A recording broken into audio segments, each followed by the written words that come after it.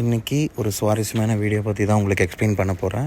அண்ணாமலையார் பக்தர்களுக்கு என்னுடைய வணக்கம். ஒவ்வொரு மாதமும் பௌர்ணமி அன்று லட்சக்கணக்கான பக்தர்கள் கிரிவலம் செல்வார்கள். அமாவாசை மாத பிறப்பு மற்றும் சிவராத்திரி நாட்களிலும் விசேஷமானவை. திருவண்ணாமலை கிரிவலம் என்பது அருணாச்சலேஸ்வரர் மலையை 14 கிலோமீட்டர் தூரம் சுற்றி பௌர்ணமி தினங்களில் பக்தர்கள் மேற்கொள்ளும் ஒரு புனிதமான நடைப்பயணம். கிரி என்றால் மலை, வலம் என்றால் சுற்றி வருதல். மலையை சிவலிங்கமாக கருதப்படுவதால் இமயமலைக்கு நிகராக கருதப்படும் இந்த மலைப்பதியில் நடந்து நமசிவாய மந்திரத்தை உச்சரித்து அஷ்டலிங்கங்களை தரிசிப்பது முக்தி தரும் என்று நம்பப்படுகிறது. கிரிவல பாதைக்கு செல்லும் முன்பாக செய்யக்கூடியவை: திருவண்ணாமலை கிரிவலம் தொடங்கும் முன் வடக்கு மாட வீதியில் உள்ள பூதநாராயணன் பெருமாள் கோயிலில் தரிசனம் செய்வது மரபு. இவர் அண்ணாமலையாரின் காவல் தெய்வமாக தோன்றப்படுகிறார். இரட்டை பிள்ளையார் கோயில் கிரிவல பாதையில் பவளங்குன்றர் பகுதியில் அருணாச்சலேஸ்வரர் கோயிலுக்கு அருகில் அமைந்துள்ளது. இந்த ஆலயத்தில் உள்ள 2 சுயம்பு விநாயகர்கள் கிரிவலம் தொடங்கும் முன் தரிசிக்க வேண்டிய முக்கியமான சக்தி வாய்ந்ததாக விநாயகராக பக்தர்களால் தோன்றப்படுகிறது. திருவண்ணாமலை கிரிவலம் என்பது அருணாச்சலேஸ்வரர் மலையை 14 கிலோமீட்டர் தூரம் சுற்றி பௌர்ணமி தினங்களில் பக்தர்கள் மேற்கொள்ளும் ஒரு புனிதமான நடைப்பயணம். கிரி என்றால் மலை, வலம் என்றால் சுற்றி வருதல்.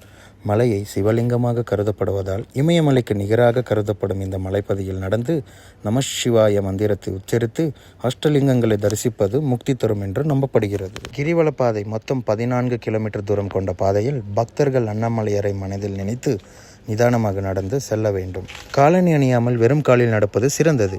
ஓம் நமசிவாய மந்திரத்தை உச்சரித்து கொண்டே நடக்கவும். கிரிவல பாதையில் உள்ள அஷ்டலிங்கங்களை வணங்கி மலைக்கு மரியாதை செலுத்த வேண்டும். கிரிவலப்பாதையில் 8 திசைகளிலும் 8 லிங்கங்கள் உள்ளன. இந்திரலிங்கம் கிழக்கு, அக்னிலிங்கம் தென்கிழக்கு, யமலிங்கம் தெற்கு, நிருதலிங்கம் தென்மேற்கு, வருணலிங்கம் மேற்கு, வாயுலிங்கம் வடமேற்கு, குபேரலிங்கம் வடக்கு, ஈசானலிங்கம் வடகிழக்கு. இதனை வணங்கி கிணங்க கிரிவலம் செல்வது உடலுக்கும் மனதுக்கும் அமைதியை தரும். பாவங்கள் நீங்கி ஞானமும் முக்தியும் கிடைக்கும் என்பது ஐதீகம். கிரிவலம் செல்வது மன அழுத்தத்தை குறைத்து ஆன்மீக சக்தியை அதிகரிப்பதாக நம்பப்படுகிறது.